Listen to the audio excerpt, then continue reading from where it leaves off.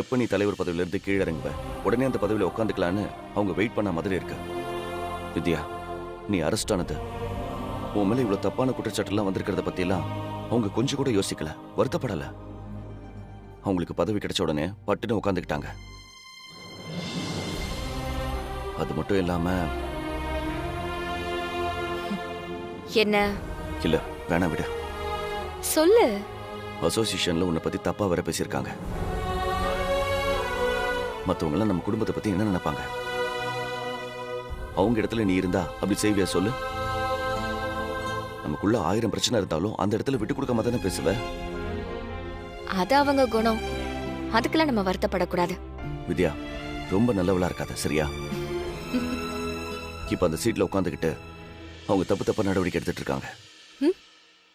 சீட்ல உட்காந்து அடுத்த செகண்ட் நீ போட்ட எல்லா சட்டத்திட்டத்தையும் மாத்திட்டாங்க.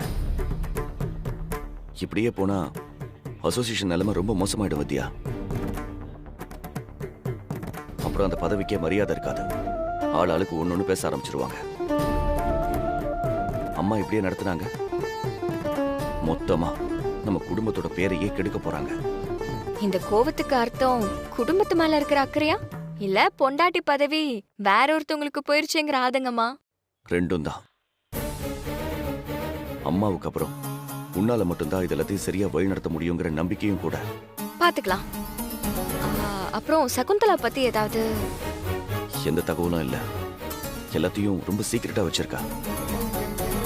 அவளை சுத்தி இருக்கிறவங்க யாருக்கும் எதுவும் தெரியல. இந்த தடவை எந்த தப்பு நடந்துடக்கூடாதுன்னு ரொம்ப உஷாரா நடந்துக்கிறா. இன்னும் 2 நாள்ல கேஸ் கோர்ட்டுக்கு வருது. நாம அதுக்குள்ள ஏதாவது பண்ணணும். கண்டிப்பா ஏதாவது ஒரு வழி கிடைக்கும். ட்ரை பண்ணுவோம். எனக்கு நம்பிக்கை இருக்கு. நான் இந்த கேஸ்ல இருந்து வெளியே வந்துருவேன். நீ இருக்கிற வரைக்கும் எனக்கு என்ன கவலை? நீ தைரியமா போ. நான் உனக்கு ஆறுதல் சொல்ல வந்தா நீ எனக்கு ஆறுதல் சொல்ற. உன் தைரியத்தை யாராலையும் அழிக்க முடியாது. நம்ம நிச்சயமா ஜெயிப்போம். சரி, நான் வரேன். சார், ரொம்ப தேங்க்ஸ் சார்.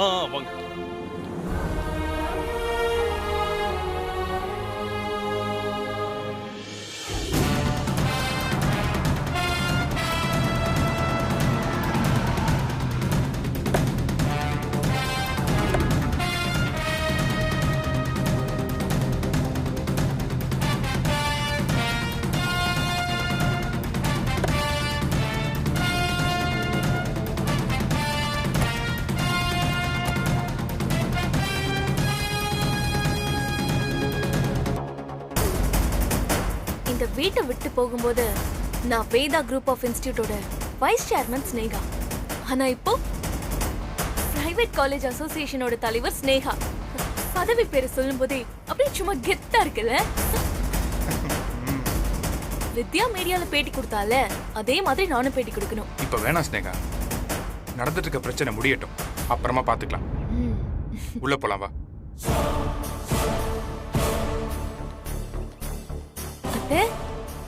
மாமா, மாமா,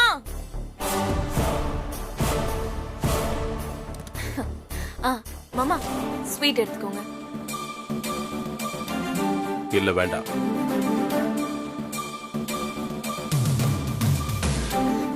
அத்தை நீங்க எடுத்துக்கோங்க. இப்ப வேண்டாமா?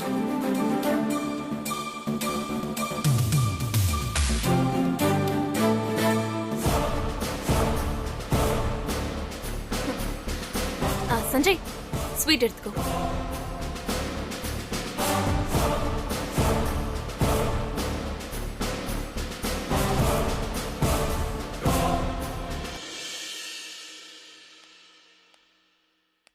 அத்தை, மாமா, நீங்க 2 பேரும் சேர்ந்து நில்லுங்க. ஸ்னேகாக்கு பிரைவேட் காலேஜ் அசோசியேஷனோட தலைவர் பதவி கொடுத்துருக்காங்கம்மா.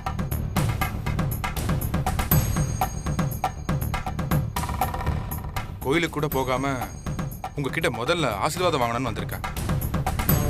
அம்மா, அவளை ஆசீர்வாதம் பண்ணுங்கம்மா. நல்லா இருமா.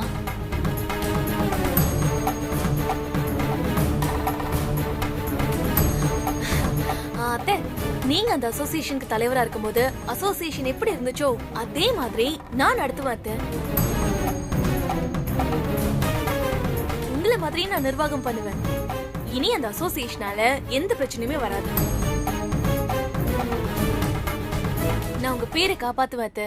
கண்டிப்பா உங்களுக்கு கெட்ட பேரை வாங்கி கொடுக்க மாட்டேன்.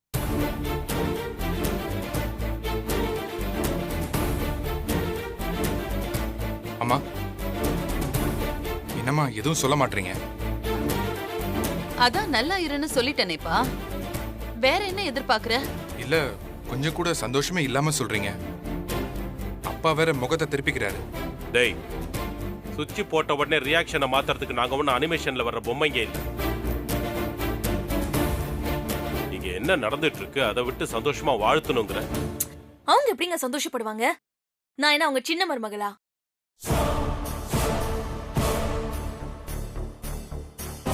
அவ பதவிக்கு வரும்போது எல்லாரும் எவ்வளவு சந்தோஷமா இருந்தாங்க. உங்க அப்பா எப்படி வாழ்த்தினாரு. இப்ப பாத்தீங்களா? நம்ம வாழ்க்கையில எவ்வளவு பெரிய இடத்துக்கு போனாலும் நமக்கு இதாங்க நிலைமை. இங்க யாரும் நம்மள பார்த்து சந்தோஷப்பட மாட்டாங்க. ஏ ஸ்னேகா, உனக்குலாம் கொஞ்சம் கூட மனசாட்சியே இல்லையா? இந்த வீட்டுல இருந்த ஒருத்தி ஸ்டேஷன்ல இருக்கா. அவளை எல்லாரும் கொலகாரின் வேற சொல்லிக்கிட்டு இருக்காங்க. அவளை எப்படி வெளியே கொண்டு வர்றது, அவ மேல தப்பு இல்லைன்னு எப்படி நிரூபிக்கிறதுன்னு நாங்க போராடிக்கிட்டு இருக்கோம். நீ எரியிற நெருப்புல எண்ணெயை கொண்டு வந்து ஊத்துற. ஏன் சந்தோஷமா இல்ல, ஏன் சிரிக்கலன்னு கேக்குற? ஒருவேளை விஜய் அரெஸ்ட் ஆயிருந்து உங்களுக்கு இந்த பதவி கொடுத்திருந்தா இந்த கொண்டாட்டம் கொண்டாடி இருப்பீங்களா? இந்த வீட்ல எந்த பிரச்சனையும் இல்லாம இருக்கும்போது நான் இந்த பதவிக்கு வந்திருந்தா நீங்க எல்லாரும் இப்படிதான் இருந்திருப்பீங்க. ஏன்னா நானும் என் புருஷனும் இந்த குடும்பத்துக்கு ஆகாதவங்க தானே. எதுக்கு தாங்க உங்ககிட்ட நம்ம இங்க இருக்க வேண்டாம் தனியா போயிடலாம்னு சொன்னேன். கேக்குறீங்களா? ச்சே.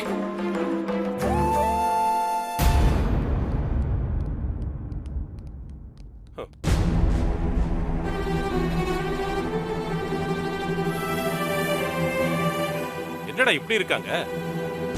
விடுங்கப்பா. இந்த மாதிரி நிலைமையில நம்ம எதிரி கூட நமக்காக இறக்கப்படுவாங்கடா. ஆனா இவங்க ச்சே, என்ன சொல்றதுனே தெரியல.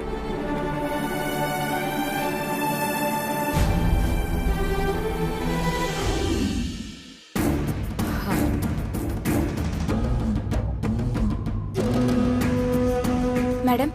மேடம், இவங்க தான் அது. வணக்கம் மேடம்.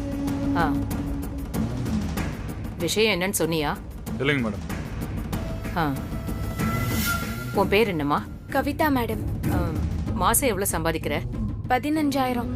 வருஷத்துக்கு 2 லட்சம் தான் வரும் போல இருக்கே. ஆமா, இத வச்சு பெருசா என்ன வாழ்க்கை வாழ்ந்துட முடியும்? உனக்கு கல்யாணம் ஆயிடுச்சா? 7 வயசுல ஒரு குழந்தை இருக்கு மேடம். என்னம்மா நீ கல்யாணம் ஆகி ஒரு குழந்தை இருக்குன்னு வேற சொல்ற. இந்த சம்பளத்தை வச்சு நீ என்ன பண்ணுவ? உன் குழந்தைய தான் எப்படி வளர்க்க முடியும், எப்படி படிக்க வைக்க முடியும்? ரொம்ப கஷ்டமா இருக்குமேம்மா. சரி, டேய், டிரால ஒரு கவர் இருக்கும், எடுத்துட்டு வா. இதோ எடுத்துட்டு வரேன்.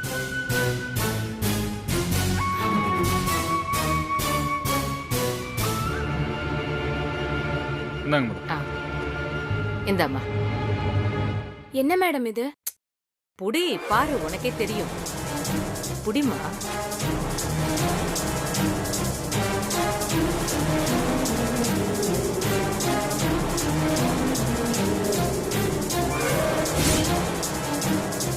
உன்னோட 1 வருஷ சம்பளம் வச்சுக்கோ, உனக்குதான்.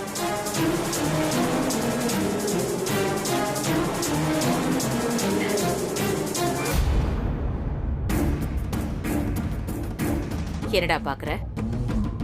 அதான் ரெய்டு வந்து மொத்தமா வாரிக்கிட்டு போயிட்டாங்களே, ஏது இவ்ளோ பணம்னு பாக்குறியா? யாரால நம்ம வீட்டுக்கு ரெய்டு வந்துச்சோ இப்போ அவளாலேயே நமக்கு இன்வெஸ்ட்மெண்ட்டும் வந்திருக்கு. என்னம்மா பணத்தை பார்த்துட்டு எதுவும் பேசாம இருக்க? உனக்கு சந்தோஷமா? எனக்கு எதுக்கு நீங்க பணம் கொடுக்கணும்? சும்மா உன்ன மாதிரி கஷ்டப்படுற ஆளுங்களா பார்த்து உதவி செய்யணும்னு எனக்கு வேண்டுதல். அதான், வேற ஒண்ணும் இல்ல. என்னம்மா நீ சும்மா யாராவது பணம் கொடுப்பாங்களா? ஓகே, நான் ஓப்பனா பேசுறேன். உன்னால எனக்கு ஒரு வேலை ஆகணும், அதான். என்ன? நாளைக்கு உனக்கு எங்க டியூட்டி?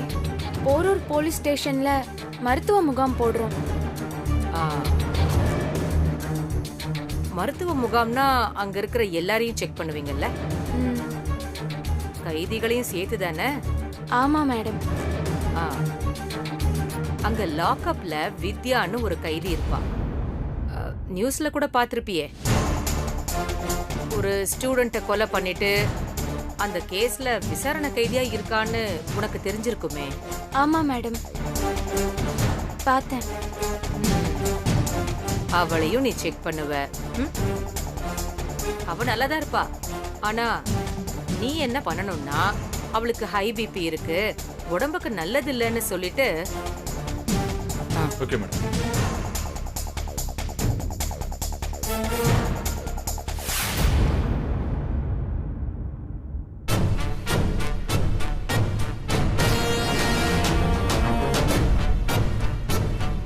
இந்த மாத்திரையை சாப்பிட சொல்லி நீ அவகிட்ட கொடுக்கணும். வெளியில இருக்கிற பேரை படிச்சா இது பிபி மாத்திரை தான். ஆனா உள்ள இருக்கிற விஷயமே வேற. அது எதுக்கு உனக்கு? நீ இதை மட்டும் அவகிட்ட கொடுத்துரு, சரியா? அவளுக்கு கொஞ்சம் மெடிசன் பத்திலாம் தெரியும். ஆனா அவ கண்டுபிடிச்சிட கூடாது, அதை மட்டும் பாத்துக்கோ. இத சாப்பிட்டா என்ன ஆகும்? என்ன ஆகுமா? மாத்திரைய போட்ட ஒரு சில செகண்ட்ல நேரா மேல ப்ரமோஷன் தான். வேலைய முடிச்சிட்டு பேலன்ஸ் அமௌண்ட் 10 லட்சத்தை வாங்கிட்டு போயிட்டே இரு. மேடம், எனக்கு பயமா இருக்கு மேடம்.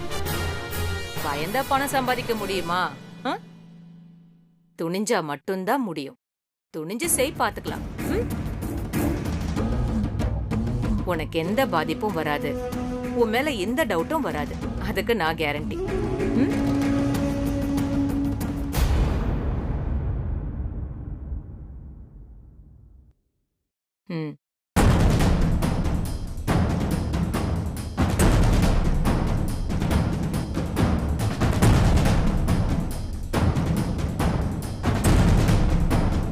செஞ்சிருவியா?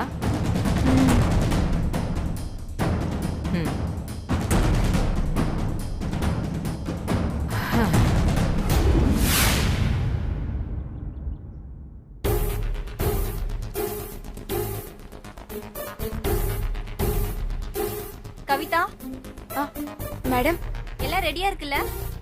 இருக்கு மேடம். உள்ள போய் எல்லாரையும் வர சொல்லுங்க. சரிங்க மேடம்.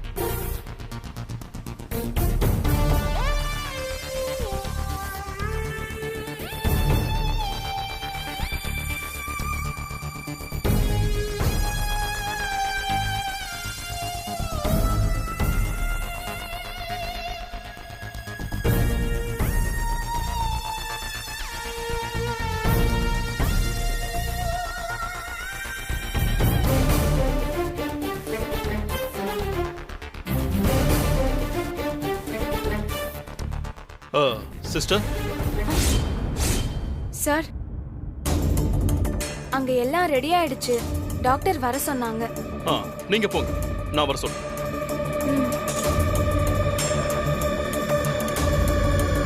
கைதிகளுக்கும் சேர்த்துதான் சார் முகாம் நடத்துறோம். அவங்களையும் வர சொல்லிடுங்க. சரி, வர சொல்றேன், போங்க. கான்ஸ்டபிள். வந்துட்டேன் சார். சொல்லுங்க சார். நம்ம ஸ்டேஷன் காம்பவுண்டுக்குள்ள மருத்துவ முகாம் நடக்குது. சரிங்க சார். நீங்க எல்லாரும் போய் கலந்துங்க. Okay sir. கைதிகளும் கூட கலந்துக்கலாம். நீங்க அவங்கள கூட்டிட்டு போங்க. ஓகே சார், நான் கூட்டிட்டு போங்க. வணக்கம் சார். ஏப்பா, உன்னோட ஃபைல்ல எடுத்து வைக்க சொன்ன எடுத்து வச்சியா? வச்சிட்டேன் சார். ஏசி என்ன பிடிச்சி கத்திக்கிட்டு இருக்க. சரி, வா போலாம். Okay sir. மேடம், மருத்துவ முகாம் நடக்குது, வந்து நீங்களும் செக்அப் பண்ணிக்கோங்க, சரியா?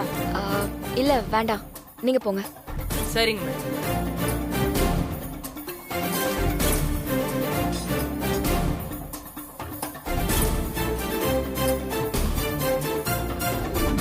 Age 45 madam. எழுதிக்கோங்க. வாங்க. அப்பப்ப நெஞ்சு வலிக்குது மேடம். உங்களுக்கு என்ன பிரச்சனைன்னு ஃபுல்லா சொல்லுங்க.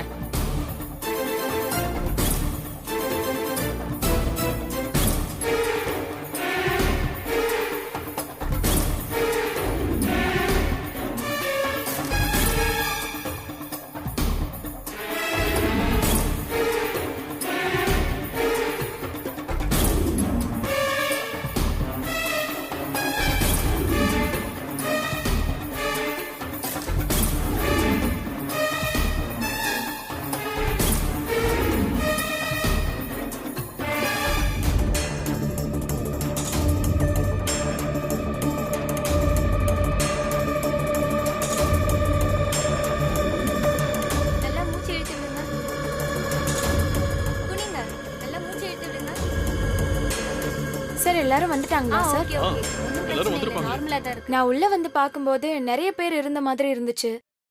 இப்ப கொஞ்சம் பேர் தான் இருக்காங்க. அப்படியா? எல்லாரையும் செக் பண்ணி ரிப்போர்ட் கொடுக்கணும் சார். யாரும் மிஸ் ஆக கூடாது. கான்ஸ்டபிள் சார் யாராவது வராம இருக்காங்களா? இல்ல சார், எல்லாரும் வந்துட்டாங்க சார். சார் வித்யா மேடம் மட்டும் வரல சார். ம். ஏன்? அவங்களுக்கு இன்ட்ரெஸ்ட் இல்லைன்னு சொல்றாங்க சார். எல்லாரையும் செக் பண்ணணும் சார். வர சொல்லுங்க. வாய் தருங்க. வர சொல்றேன். இங்க பாருங்கம்மா, நான் சொன்னேன்னு கூப்பிட்டு வாங்க. Okay sir. இப்போ கொஞ்ச நேரத்துல வந்துருவாங்க. சரி நார்மலா சார். தான் இருக்கு. மேடம், இன்ஸ்பெக்டர் உங்களை வர சொல்றாரு.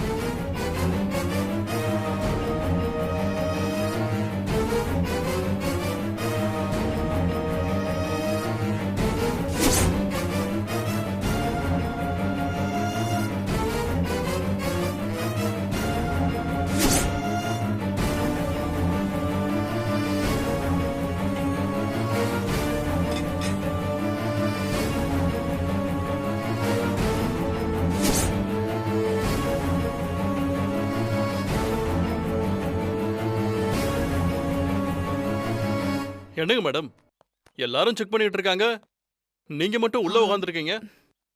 எனக்கு இன்ட்ரெஸ்ட் இல்ல சார். நான் நல்லா தான் இருக்கேன். சும்மா ஃபார்மாலிட்டிக்கு செக் பண்றதுதான். அவங்களும் கணக்கு காட்டணும் மேடம். சும்மா செக் பண்ணி ரிப்போர்ட் வாங்க. ம். உங்க நல்லதுக்கு தான் மேடம். வாங்க. உட்காரு. ம். உட்காருங்க.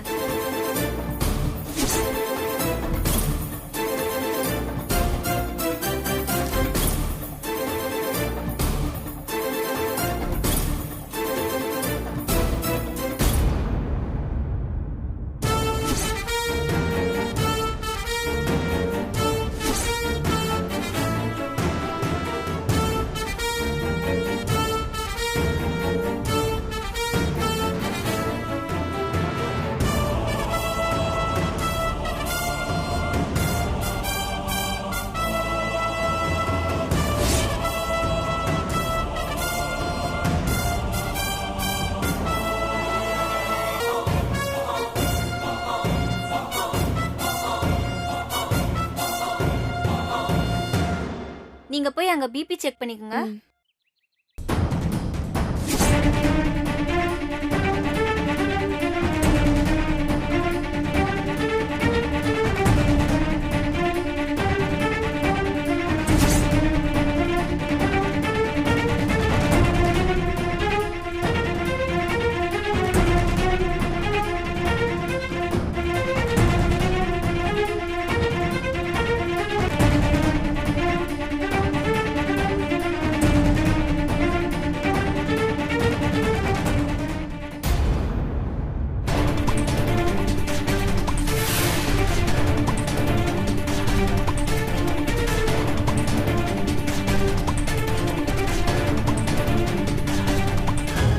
லாஸ்டா எப்போ பிபி செக் பண்ணீங்க? ரொம்ப நாள் ஆயிடுச்சு. அப்போ நார்மலா தான் இருந்துச்சா? ஆமா. இப்போ ரொம்ப ஹை லெவல்ல இருக்கு. இன்னும் கொஞ்சம் அதிகமானாலும் மயக்கம் வந்துரும். ஹாஸ்பிட்டல்ல அட்மிட் ஆகுற சிச்சுவேஷன் வந்துரும். ரொம்ப பதட்டமா இருக்கீங்களா? அப்படிலாம் இல்ல. நான் நார்மலா தான் இருக்கேன். ஆனா பிபி லெவல் அதிகமா இருக்கே.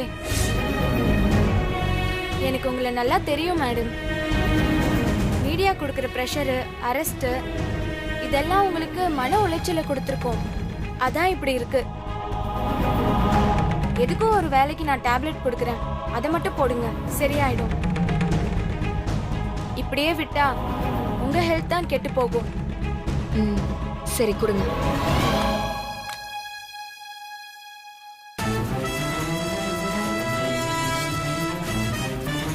இந்தாங்க.